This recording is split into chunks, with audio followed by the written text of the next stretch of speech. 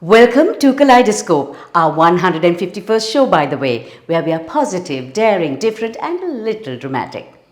World Theatre Day was this week, and Kaleidoscope was at the Lionel Went, the axis of theatre in Sri Lanka, where players from some of the island's theatre companies performed everything from sonnets to dramatic monologues, musical theatre to modern dance. It was produced by one of Sri Lanka's most revolutionary theatre directors, Jerome L. De Silva.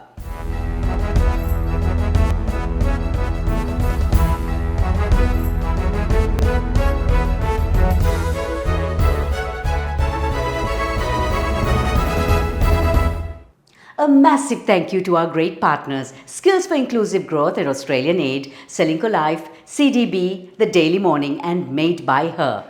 If you like Kaleidoscope, subscribe and follow us on YouTube, Facebook, Instagram, and LinkedIn. You can now start a CDB iDeposit digital fixed deposit and experience a range of special benefits from CDB.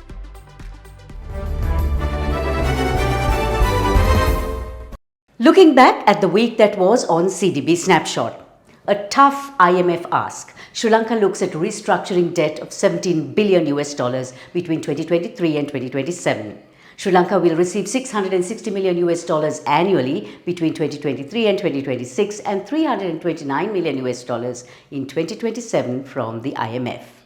A 135 megawatt solar power project in Trincomalee has got the green light. It's 19 years of market leadership for Srilanka Life, with a gross written premium income of nearly 30 billion rupees for 2022.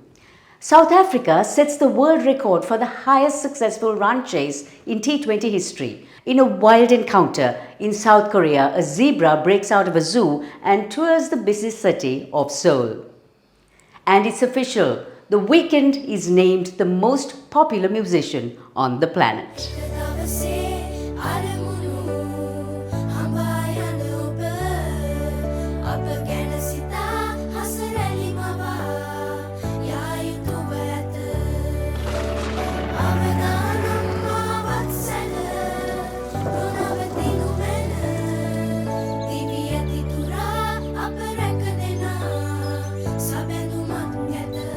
You focus on your goals. We will take care of the risks. Srilanka Life.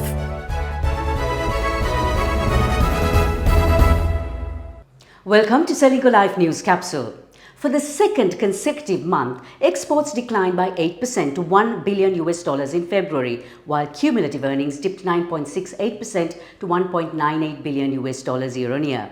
Inflation, the energy crisis, softening of retail markets, and the rapidly appreciating rupee is to blame.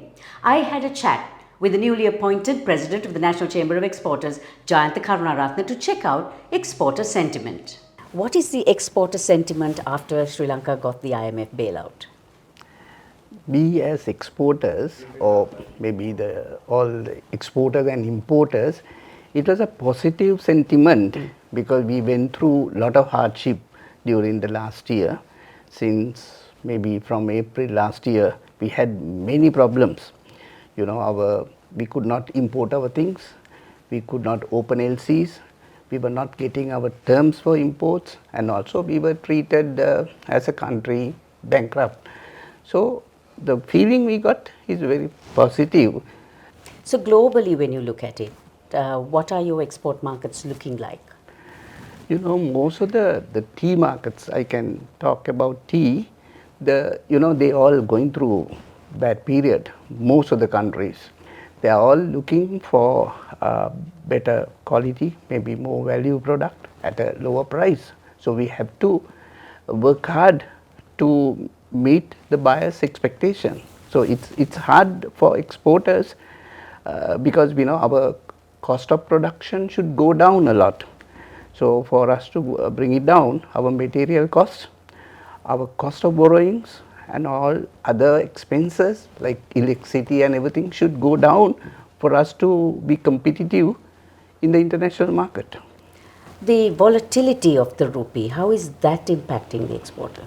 In February, like middle of February, we were getting about 365, 366 for a dollar. Now it has come down to about 320. So it's a major problem for us. So actually the I think it's the regulators should be able to control this high volatility. Since they don't handle it, that we have to handle on our own. There's nothing much we can do. Either we have to absorb those losses.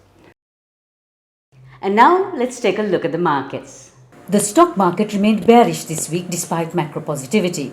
The all share price index moved down by 1%, with the average daily turnover still below 2 billion rupees.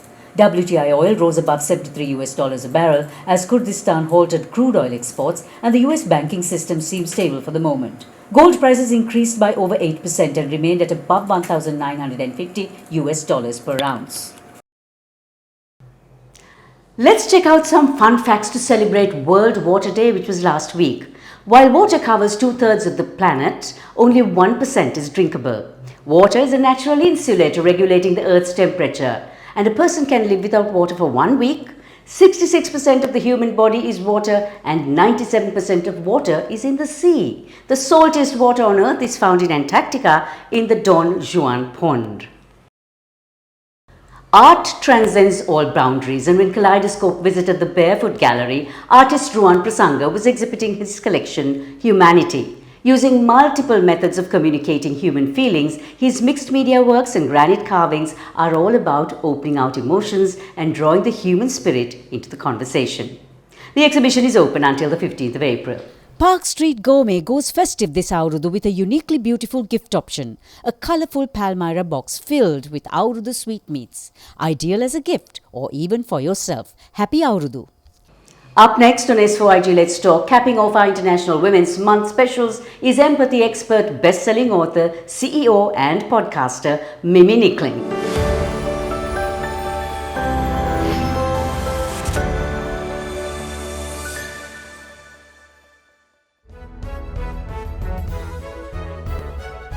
Welcome to Kaleidoscope S4IG Let's Talk. The 2022 Gallup poll on the state of the global workplace found that 60% of people are feeling emotionally detached at work, with only 33% feeling engaged. With work invading our home lives thanks to COVID-19, the gap between the professional and personal seems to be closing in. Now, does that mean there is no room for empathy in the world of work? On today's S4IG Let's Talk, we have Mimi Nickling, the international best-selling author of Softening the Edge, who also is the host of the podcasts Empathy for Breakfast and Secrets of the Gap. She's the founder of Empathy Everywhere, the world's first empathy platform, and is the CEO of the world's most free advertising agency, Freedom. Welcome to Kaleidoscope's Let's Talk. You know, in the world of work, it's unusual to say the least, but where does the concept of empathy get into the recipe of work? What actually inspired you to get into this? When I started on this path, it was 2019. I had just got my publishing deal, actually, of my book. And I always remember that I called my mother, who is very British, and I said, "Mum, someone's going to publish my book on empathy." And she said, "Well, darling, that's wonderful, but who wants to read a book about empathy?" I was like, "Well, thanks, Mum." But she was right, because it was a very unusual conversation. At that time, just 3 years ago, no one was talking about this. But the more passionate I became and the more the world changed, the more this conversation has risen. So if you look at 2020, and it wasn't just COVID, it was the American elections. Joe Biden won with 2 words. One was unity, the other was empathy. As I have grown in my passion to share empathy into the working world and into society, the conversation has risen, not because of me, but alongside me, right, in terms of the world. And now if you look up empathy and anything, empathy in the corporate world, empathy education, empathy in the media, you will find a host of conversations. So something interesting I found in the book is the empathy gap. What is an empathy gap? The empathy gap actually was first defined by Barack Obama in 2006. He stood up and addressed his audience, and he said, "I know we should be talking about our federal deficit, but I think we should be talking about our empathy deficit." That was around 16 years ago. We did very little with this conversation since then. But what he was referring to, and when I talk in the book about the empathy gap, it is that distance between us as human beings. When empathy is low, all of the isms are high. And what I mean by that, whether that's racism, ageism, sexism, any ism, okay? Because empathy is the ability, the skill set, it's not an emotion, to understand each other, to perspective take. And of course, in such turbulent times, the way our world is today, we are seeing more and more people fragmented, segregated, lonely. So the empathy gap is that gap between us in understanding, which means that we become more isolated and we see things like racism, ageism increasing because we no longer understand each other as human beings. So, in the world of work, there are fine lines that a naked eye cannot see all the time. In that context, how do you practice empathy in the world of work? When we have small children, we constantly tell them, listen to auntie, listen to mummy, listen to daddy. And then as we grow, we stop reminding each other, we stop teaching it. We don't teach it in school, we don't teach it in university, we're certainly not teaching it in workplaces. So we're living in silos. And because of that, we're only ever getting access to a tiny percentage of the insight or data that other people could be adding to your decision making, your growth strategy, your profit. So fundamentally, if we can improve our listening in the workplace, we can improve communication, collaboration, motivation, and also hard indicators like output per capita, profitability, these type of measures in the workplace. In work and in life, I just realized that there's no space for empathy. We just don't have the time. How can we change our ways then? What you're tapping into there is a really powerful insight, because empathy has two enemies. One is low time and the other is high stress.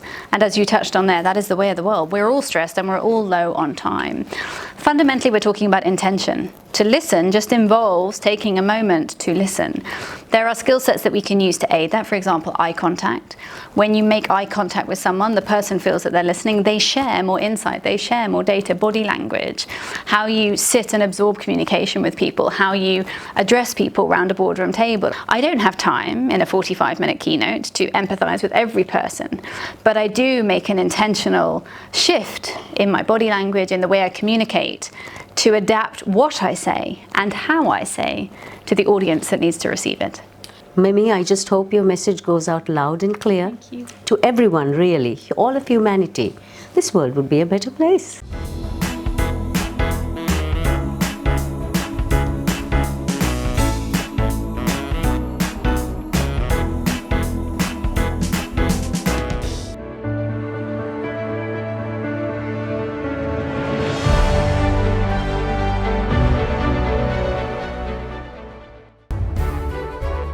Welcome to Kaleidoscope, made by her, Life in 60.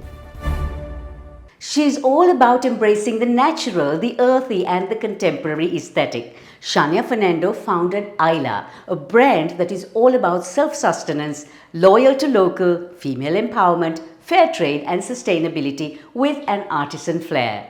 Here she is on Made by Her, Life in 60. So design is not something totally new to me.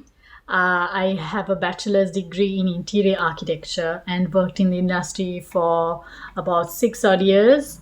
Then I realized a gap in the market and also wanted to do my own thing. The reason we work with cane or rattan as our primary raw material is because it's completely natural and it's sustainable. All our materials are sourced locally, and also we work with local craftsmen who have been in the industry for generations. So even if it's a simple basket, we like to do something unique or different with it so that it stands out from the rest. Also, custom pieces. So we are able to provide you with a drawing, like a detailed drawing of your piece, even if it's a custom piece, so that you know exactly how it would look, if the scale works in your space, if it matches your space. So I think our main future plan would be to start exporting overseas. So the madness of March is over. We'll catch you in April.